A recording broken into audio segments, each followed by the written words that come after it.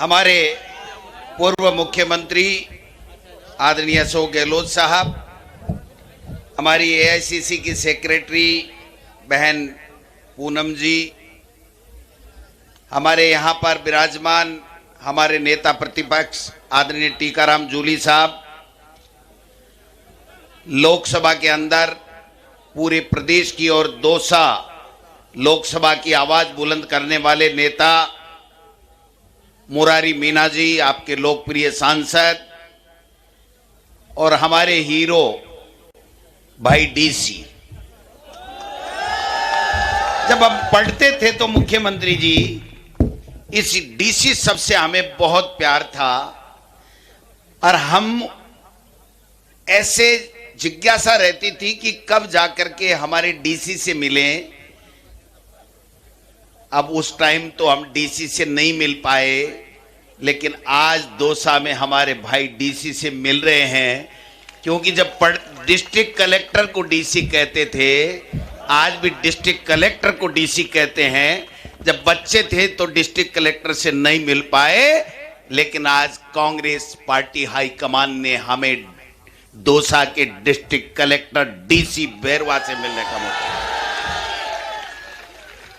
मैं धन्यवाद देना चाहता हूं आप सब लोगों का। ओ भाई बैठ जाओ नेताजी, बैठ जाओ। ज्ञान देने वाले इस देश में बहुत हैं, हर तीसरा व्यक्ति ज्ञान देता रहता है।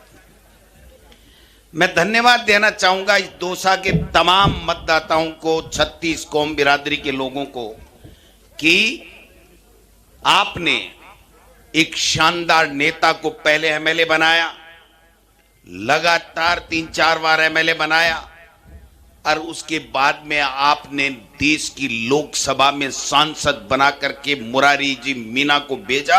इसके लिए मैं आपका बहुत बहुत धन्यवाद करना चाहता हूं।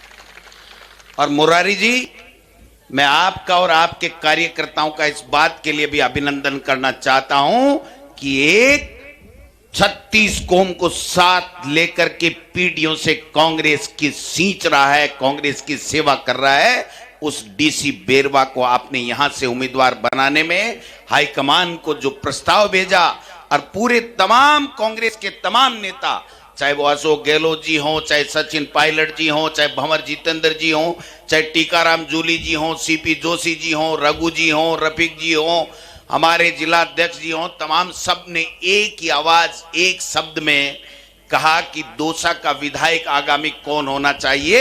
सबकी एक ही आवाज थी कि डीसी बैरवा होना चाहिए।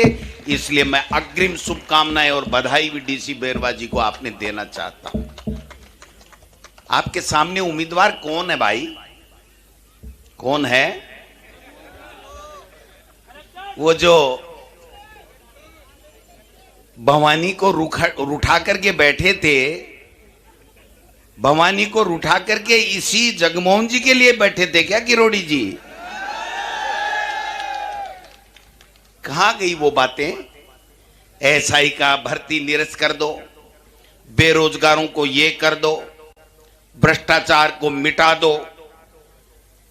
अरे बाबा, 3 महीने इस प्रदेश का क्यों बर्बाद किया? कृषि के क्षेत्र में काम करते आपको कृषि मंत्री बनाया था। ये टिकट तो यूं ही पड़ी थी, हारने के लिए कभी ले लेते, कौन मना कर रहा था आपको? मैं आपसे निवेदन करना चाहता हूं, ऐसे लोगों से सावधान रहना पड़ेगा।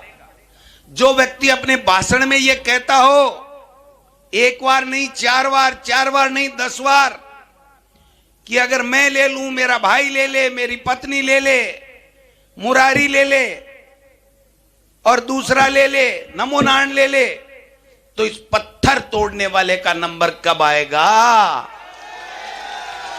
तो बाबा, उस पत्थर तोड़ने वाले का नंबर अब आएगा, डीसी बैरवा के रूप में आएगा। आएगा कि नहीं आएगा? जिताओगे? अरे इस इक्के को हमने दुर्री से पिटते देखा है, इक्के को दुर्री से पिटते देखा है ना? जब ताश के पत्तों में जब दुर्री जोकर होता है ना, तो इक्के को पछाड़ देती है। ये डीसी बैरवा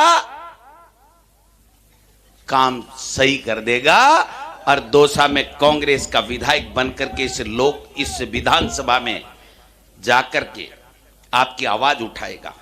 आप बताइए, जब सबने मेहनत करके ईमानदारी से 2.5 लाख वोटों से इस हवा में जब मोदी जी कह रहे थे और हमारे मुख्यमंत्री जी कह रहे थे 25-0 आ रहे हैं, 2.5 लाख से आपने मुरारी मीणा जी को सांसद बनाया, तो क्या हम सब ये चाहेंगे कि हमारा सांसद कमजोर हो जाए?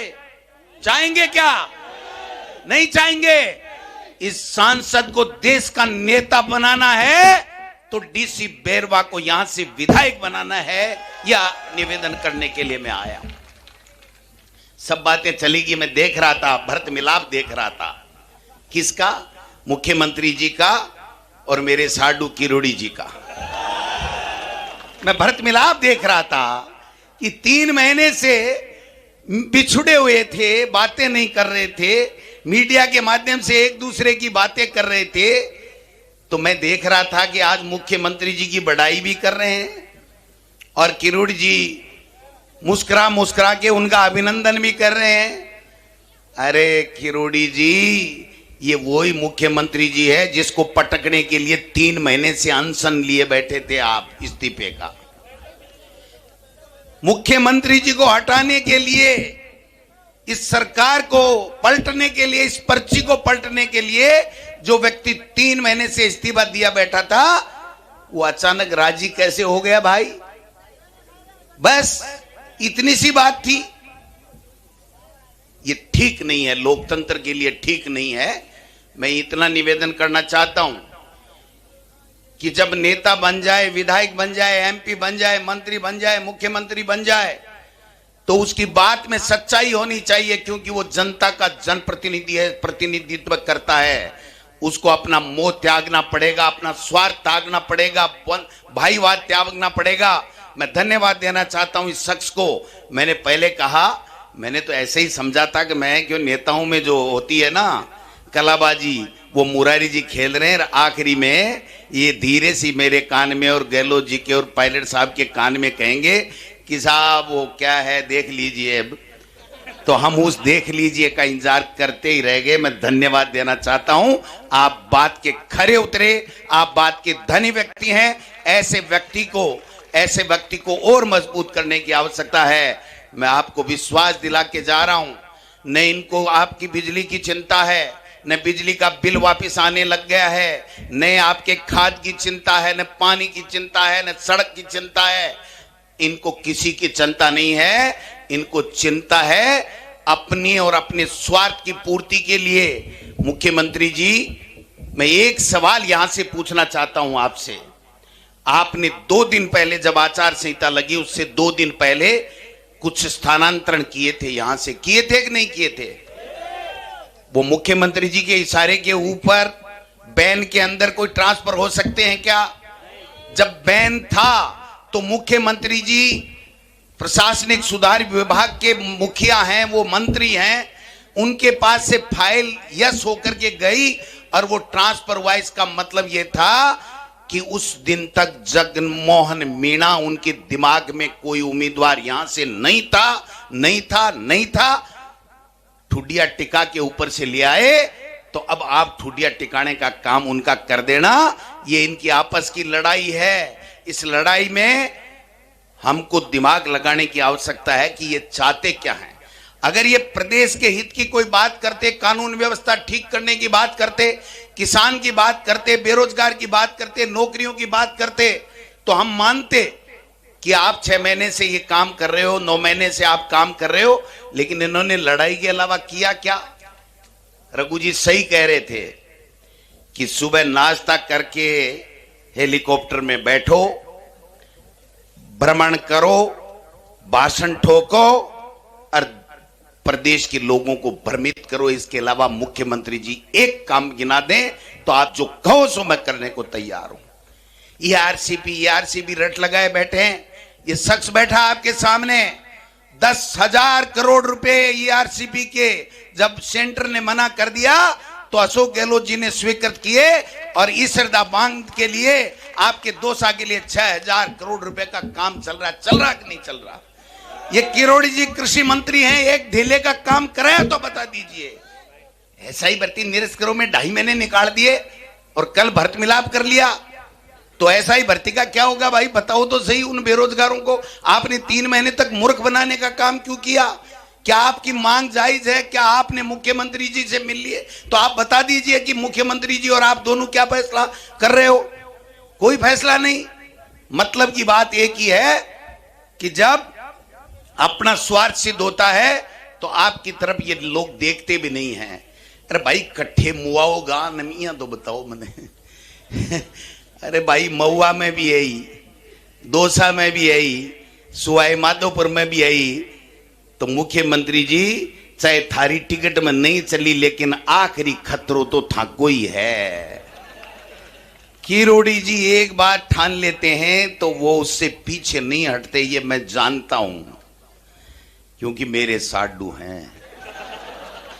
उन्होंने तय कर रखा है इस दिल्ली से आई पर्ची को बदलना है।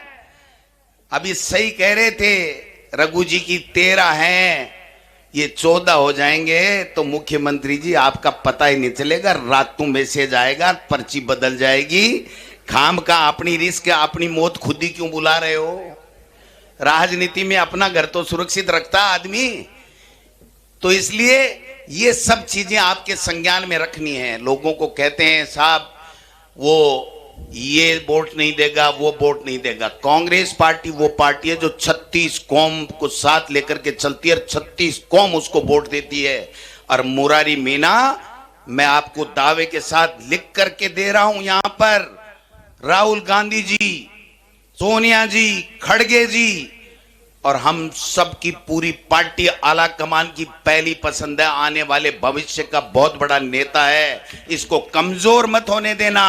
अगर इसको कमजोर कर दिया तो फिर ये ऐसे लोग हावी हो जाएंगे जो इस राजनीति को दूषित करने का काम करेंगे, अपने स्वार्थ साधने का काम करेंगे। इसलिए मैं तो इतना ही निवेदन करना चाहता हूं, अगर ईआरसीपी का काम चालू किया तो हमने किया, अगर पेंशन दी तो हमने दी, कॉलेजें खोली तो हमने खोली, इंग्लिश मीडियम स्कूलें खोली तो हमने खोली। और ये तो वो धरती है जहां पर इतने काम और स्वर्गीय नवल किशोर जी और स्वर्गीय राजेश पायलट जी की कर्म भूमि रही है। आप जैसे दौसा सबसे कांग्रेस का मजबूत गढ़ है। ये भूल कर ली इन्होंने कि यहां पर इस तरीके से आपस की जंग करके टिकट ले आए। ये टिकट वापस बीजेपी की बैरिंग जाएगी। कांग्रेस का डीसी डिस्ट्रिक्ट कलेक्टर के बराबर बैठ करके दोनों डीसी बैठेंगे, एक तरफ डिस्ट्रिक्ट कलेक्टर और एक हमारा विधायक डीसी, दोनों बैठ करके आपके हकों का फैसला करेंगे, आपकी आवाज उठाएंगे। मैं मानता हूं कि सरकार इस वोट से नहीं बदलेगी, कांग्रेस का कैंडिडेट साथ के साथ जीतने से भी सरकार नहीं बदलेगी।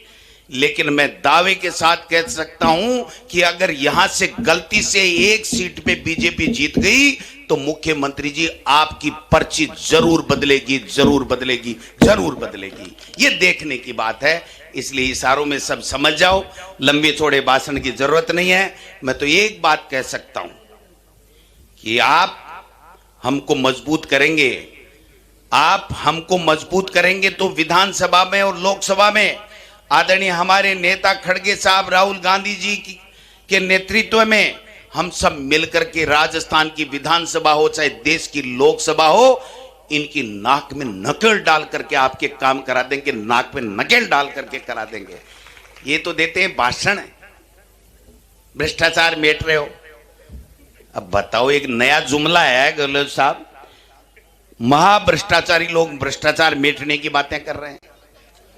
ये गुजरात मॉडल क्या है?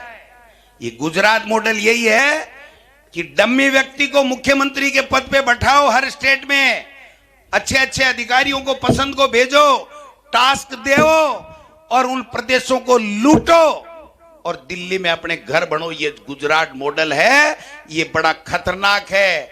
लोगों को जातियों से लड़ाओ, भाई को भाई से लड़ाओ, कमजोर करो। और जैसे ईस्ट इंडिया कंपनी करती थी, भाई को भाई से लड़ा करके राज करने का काम करती थी, आज जाति को जाति से लड़ा करके ये बीजेपी के लोग राज करना चाहते हैं। 10 साल 11 साल हो गए केंद्र के अंदर और 10 महीने हो गए यहाँ मुख्यमंत्री जी को। एक काम गिना तो 1 रुपए का इस दौसा विधानसभा क्षेत्र में या लोकसभा में या प्रदेश में एक योजना ऐसी बता दो। मैं इस मंच से चैलेंज करके जा रहा हूं पत्रकार महोदयों के सामने, भाइयों के सामने, कि हमारी 5 साल की जितनी योजनाएं थी उसमें से एक योजना के बराबर भी अगर इन्होंने कोई काम कर दिया हो तो आप, मैं, मुझे कुछ नहीं कहना। एक धेले का काम नहीं है, गरीब का अगर कोई किसी ने काम किया तो हमारी कांग्रेस की सरकार ने किया। किसान का कर्जा माफ किया तो हमारी कांग्रेस की सरकार ने किया। दलित के, पिछड़े के, गरीब के बेटे को इंग्लिश मीडियम में पढ़ाने का काम किया तो हमने किया। सड़कें बनाने का काम किया तो हमने किया। इन्होंने तो आपस में नुक्ताचीनी की, एक दूसरे को नीचे दिखाने की नुक्ताचीनी की। इसलिए भाइयों, कांग्रेस के कार्यकर्ताओं से मैं निवेदन करना चाहता हूं, ये राजस्थान के अंदर एक इतिहास बनेगा। युगों युगों तक लोग बात करेंगे कि दौसा के वो लोग, 36 कौम के लोग जिन्होंने एक गरीब और सच्चे इंसान को एमएलए बनाने का काम किया और उस व्यक्ति को एमएलए बनाया जो धरती से नीचे उठकर। मुझे कोई कह रहा था, साहब देखो आपके कैंडिडेट जो है वो टिकट से पहले ही कह रहे हैं कि साहब हमें जनता की सेवा करनी है। मैंने कहा यही तो मैं कहना चाहता हूं, यही तो हमारे कैंडिडेट में खुशी है, खूबी है कि टिकट मिले ना मिले, किसको मिले, लेकिन वो जनता के बीच में रह करके जनता की सेवा करना चाहते हैं। और जो बीजेपी को टिकटें मिले हैं, एक व्यक्ति का बयान बता दो टिकट मिलने से पहले, अगर कोई जनता की बात की हो तो मुझे आप बता देना। इसलिए माताओं बहनों देख लेना, जो किरोड़ी जी ने कहा है ना कि पत्थर फोड़ने वाले का नंबर अब आना चाहिए, तो ये डीसी बैरवा वो पत्थर फोड़ने वाला गरीब का बेटा है, इसका नंबर अब आना चाहिए। उसकी मजबूरी होगी, भाई के खिलाफ नहीं बोल पाए, लेकिन अगर किरोड़ी जी ने आत्मा से बोला है कि हमने बहुत मलाइयां खा ली है, मुरारी जी ने भी और सबने खा ली है, नमो नारायण ने भी खा ली है और रामकेश ने भी खा ली है, तो भाई जगमोहन जी ने भी अधिकारी रह करके बहुत मलाई खा ली। अब तो डीसी का नंबर आना चाहिए कि नहीं आना चाहिए? आना चाहिए। तो मैं 2 बजे उड़ना है। गहलोत साहब पूरी योजनाओं के बारे में, सब चीजें, देश के बारे में, दुनिया में कैसे हो रहा है, मोदी जी क्या कर रहे हैं, वो सब बता देंगे। मैं तो देशी आदमी हूं। 11 मोरिया बुला दिया आने थे लोकसभा में, 11 मोरिया बुलाया लोकसभा में, तो भाई जी आदमी के आंख आगे हुए और आगे बीजेपी वाला के गुद्दी में भी आंख होगी कि यहाँ हो सके। तो एक निवेदन और करूंगा, आखिरी में एक बात आपसे चाहूंगा कि आपके इस डीसी को यहां के दौसा के डीसी के बराबर बैठा देना। यही अपील करने के लिए आप सब कांग्रेस कार्यकर्ताओं के सामने आया हूं। धन्यवाद। जय हिंद, जय भारत, जय कांग्रेस।